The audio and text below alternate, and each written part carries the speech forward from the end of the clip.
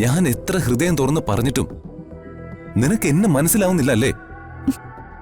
രാജു, ഇപ്പൊ ആ പ്രശ്നം ഡിസ്കസ് ചെയ്യാനുള്ള ആ അവസ്ഥയിലല്ല ഞാൻ. എന്റെ മൈൻഡ് സെറ്റ് അല്ല. എല്ലാം ദൈവാനുഗ്രഹം തന്നെ. അപ്പോ പറഞ്ഞ ഓർമ്മയുണ്ടല്ലോ, നാളെയാണ് ചടങ്ങ്. 11 മണിക്ക് കുടുംബസമേതം വന്നിരിക്കണം. അതെ, വീട്ടിൽ വെച്ച് തന്നെ. പെട്ടെന്നായതുകൊണ്ട് ഇന്ന് രാത്രി തന്നെ എല്ലാവരെയും വിളിച്ചൊന്ന് അറിയിക്കണം. എന്നാ ഞാൻ വയ്ക്കുവാണേ. സാർ, നീ ഒന്ന് വെയിറ്റ് ചെയ്യ്. ആളുകൾ ഉറങ്ങുന്നതിന് മുമ്പേ പലരെയും വിളിച്ച് പറയാനുണ്ട്. അയ്യോ സാറേ, വിളിക്കില്ല ആരെയും. ആരെയും വിളിക്കണ്ടെന്നോ? എന്തൊക്കെയാ നീ പറയുന്നേ? ചടങ്ങ് നടത്താമെന്ന് നമ്മൾ തീരുമാനിച്ചതല്ലേ? ഒരു കാര്യം നമ്മൾ തീരുമാനിച്ചാൽ അത് തീരുമാനിച്ചു തന്നെ. അത് മാറ്റിവെക്കുന്ന പ്രശ്നമേ ഇല്ല. അയ്യോ സാറേ, അതല്ല പ്രശ്നം. പിന്നെ എന്താ നിന്റെ പ്രശ്നം? നീ കാര്യം പറയേ. സാറേ, ഇത് ഗൈനക്കോളജിസ്റ്റിന് പറ്റിയ മിസ്റ്റേക്കാ. പ്രഗ്നൻസി ടെസ്റ്റിന്റെ റിസൾട്ട് മാറിപ്പോയതാ. ഋതുവിന് പ്രഗ്നൻസി ഇല്ല. എന്തൊക്കെയാണ് നീ പറയുന്നേ? അത് ഋതു ഗർഭിണി അല്ലാന്ന്. ഡോക്ടറിനെ പറ്റിയ പിശക. ഇതൊക്കെ കൃത്യമായിട്ട് ടെസ്റ്റ് ചെയ്ത് ഉറപ്പ് വരുത്തിട്ട് വേണ്ടേ എല്ലാവരോടും വിളിച്ചു പോവാൻ? നാശം. ഇത് ഏത് ഡോക്ടറാ ഇങ്ങനെ കെയർലെസ് ആയിട്ട് പ്രാക്ടീസ് നടത്തുന്നത്? അവരുടെ പേരെന്താ പറഞ്ഞേ? അല്ലെങ്കിൽ ഹോസ്പിറ്റലിന്റെ പേര് പറ. ഞാൻ അതിന്റെ മാനേജ്മെന്റിനെ വിളിച്ച് ചോദിക്കട്ടെ, ഇങ്ങനെയാണോ ആതുര സേവനം നടത്തുന്നതെന്ന്? പറടാ. അവർ ടെസ്റ്റ് ചെയ്യാൻ പോയി ഹോസ്പിറ്റൽ ഏതാ? അതിനൊരു പ്രശ്നമുണ്ട്. ഓ, എല്ലാത്തിനും പ്രശ്നമാണല്ലോ. അവള് ചെന്ന് തൊടുന്ന എല്ലാം പ്രശ്നമാണ്. സർ, പ്രഗ്നൻസി ടെസ്റ്റ് നടത്തിയ ഗൈനക്കോളജിസ്റ്റ് ഋതുവിന്റെ ഫ്രണ്ടാ. ആ, ബെസ്റ്റ്.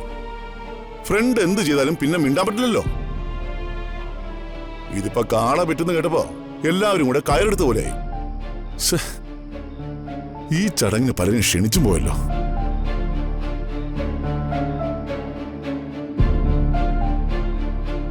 എന്താ പ്രതാപ? എന്താടാ? എടാ, നീ കാര്യം പറയേ. അത് ചേച്ചി, കാര്യം എനിക്ക് അറിയാടാ ബെട്ടി. പക്ഷെ നിന്റെ നാവിന്ന് തന്നെ എനിക്കത് കേൾക്കണം. ചേച്ചി, ചടങ്ങൊന്നും നടത്താൻ പറ്റില്ല. ഋതുമോളെ ടെസ്റ്റ് ചെയ്ത ഡോക്ടർക്ക് പറ്റിയൊരു മിസ്റ്റേക്കാ. ഋതുവിന് പ്രഗ്നൻസി ഇല്ല. അയ്യോ, എന്തൊക്കെയാടാ ഈ പറയുന്നേ? ഗർഭിണിയല്ലെന്നോ? അതെ ചേച്ചി. പലരെയും വിളിച്ച് പറഞ്ഞു പോയല്ലോടാ മോനെ. ഇനി എങ്ങനെ തിരുത്തി പറയും? ഈ ചടങ്ങ് നമുക്ക് ഒഴിവാക്കിയേ പറ്റൂ. അതെങ്ങനെ ഒഴിവാക്കും? ഈ ക്ഷണിച്ചവരോടൊക്കെ നമ്മൾ എന്തു പറയും? ഗർഭമില്ല എന്നൊക്കെ വിളിച്ചു പറയുന്നത് നാണക്കേടല്ലേ? അല്ല, ഒത്തിരി ആളുകളെ വിളിച്ചോ? ഇല്ല, ഞാൻ വളരെ വേണ്ടപ്പെട്ടവരോട് മാത്രമേ പറഞ്ഞിട്ടുള്ളൂ. ബാക്കിയുള്ളവരെ വിളിക്കാൻ ലിസ്റ്റ് എഴുതി വെച്ചിട്ടുണ്ട്. എന്തായാലും വിളിക്കാതിരുന്നത് നന്നായി. അല്ല, ഞാനും 1-2 പേരെ വിളിച്ചിട്ടുള്ളൂ. ഞാനേ പലരോടും ഒരു വിശേഷമുണ്ട്, വീട്ടിലേക്ക് വരണമെന്ന് മാത്രമേ പറഞ്ഞിട്ടുള്ളൂ. എങ്കിൽ ഞാനൊരു ഐഡിയ പറയാം. വരുന്നവര് വരട്ടെ.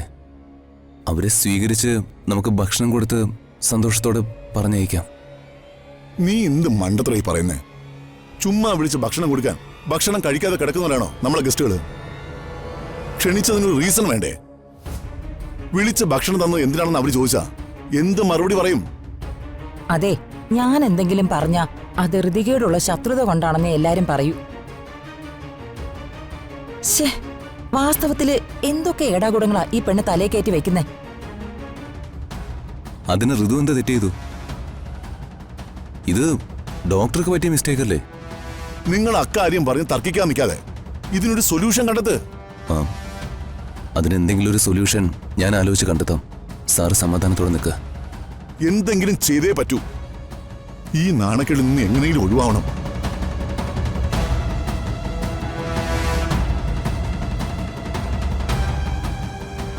ഇപ്പൊ മനസ്സിലായല്ലോ. ഇതാണ് പത്മയുടെ പുന്നാര മകള്. ഏത് വഴിക്കാണെങ്കിലും മനുഷ്യന്റെ സ്വസ്ഥത കളയും. നാശം.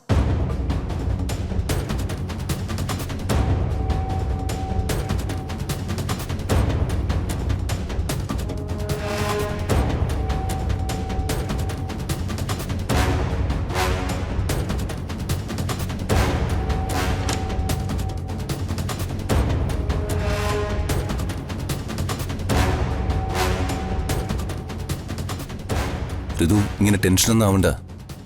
ഒക്കെ ഞാൻ സോൾവ് ചെയ്തോളാം. അല്ല, ചടങ്ങ് നടത്തുന്നുണ്ടോ? വർമ്മ സാറും അംബികയും കൂടി കുറച്ച് ആൾക്കാരെ ക്ഷണിച്ചു പോയില്ലേ? അപ്പോ ചടങ്ങ് നടത്താതിരിക്കാൻ പറ്റില്ലല്ലോ. അല്ല, ചടങ്ങെന്ന് പറഞ്ഞാ എന്ത് ചടങ്ങ് നടത്താൻ ഉദ്ദേശിക്കുന്നത്? അതാ എനിക്ക് മനസ്സിലാവാത്ത. എന്നെ എവിടെയൊക്കെ തോൽപ്പിക്കാനും നാണം കെടുത്താനും അവസരം കിട്ടുന്നുണ്ടോ അവിടെയൊക്കെ അംബിക അത് മുതലെടുക്കുന്നുണ്ട്. എനിക്ക് പ്രഗ്നൻസി ഇല്ലെന്ന് അറിഞ്ഞതോടെ അവരെന്തോ ഒരു പ്ലാൻ മനസ്സിൽ കണ്ടിട്ടുണ്ട്. ഗസ്റ്റുകളുടെ മുൻപിൽ വെച്ച് ഈ പ്രശ്നവും പറഞ്ഞ് അവര് എന്നെ നാണം കെടുത്തുന്ന എന്റെ പേടി. ഞാൻ ഋതുവിന്റെ ഭർത്താവാവുന്നതിന് മുൻപും ഭർത്താവായതിനു ശേഷവും ഏത് അപകടത്തിൽപ്പെട്ടാലും അവിടെ നിന്നെല്ലാം നിന്നെ ഞാൻ രക്ഷപ്പെടുത്തിയിട്ടില്ലേ? ഞാൻ ചോദിച്ചു കേട്ടില്ലേ?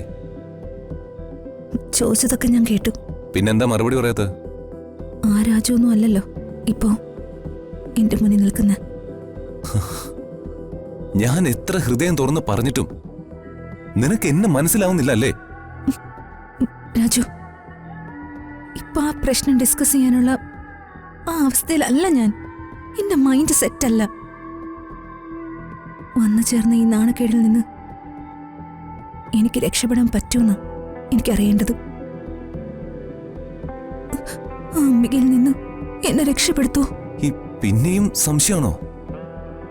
അംബികയിൽ നിന്നും മാത്രമല്ല, ഏത് ശത്രുക്കളിൽ നിന്നും ഈ രാജു എന്റെ ഋതുവിനെ രക്ഷപ്പെടുത്തും. ഭാര്യയെ സംരക്ഷിക്കാനുള്ള കരുത്തും ഉറപ്പുള്ള വാക്കുകളും കൊണ്ട് കെട്ടിയ താലിയ നിന്റെ കഴുത്തില് ഞാൻ ഇട്ടിരിക്കുന്നത്. അത് പലപ്പോഴും നീ തിരിച്ചറിയാതെ പോകുന്നത് എന്റെ തെറ്റല്ല. ഒരിക്കൽ കൂടി ഞാൻ പറയുന്നു, ഋതുവിന് ഒരു ടെൻഷനും വേണ്ട. എല്ലാം ഞാൻ നോക്കിക്കൊള്ളാം. ഋതു ഒരു തെറ്റും ചെയ്തിട്ടില്ല. തെറ്റ് ചെയ്യാത്തവര് വിഷമിക്കേണ്ട കാര്യവുമില്ല. നീ ധൈര്യമായിട്ടിരിക്കെ. നീ ഇപ്പോ സുഖമായിട്ട് കിടന്നുറങ്ങാൻ നോക്ക്.